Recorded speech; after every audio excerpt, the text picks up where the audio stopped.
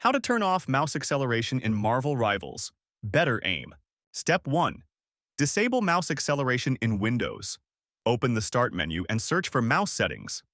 Click on Additional Mouse Options under the Related Settings section. In the Mouse Properties window, go to the Pointer Options tab. Uncheck the box for Enhance Pointer Precision. This is mouse acceleration. Click Apply and then OK. Step 2. Disable mouse acceleration in Marvel Rivals settings.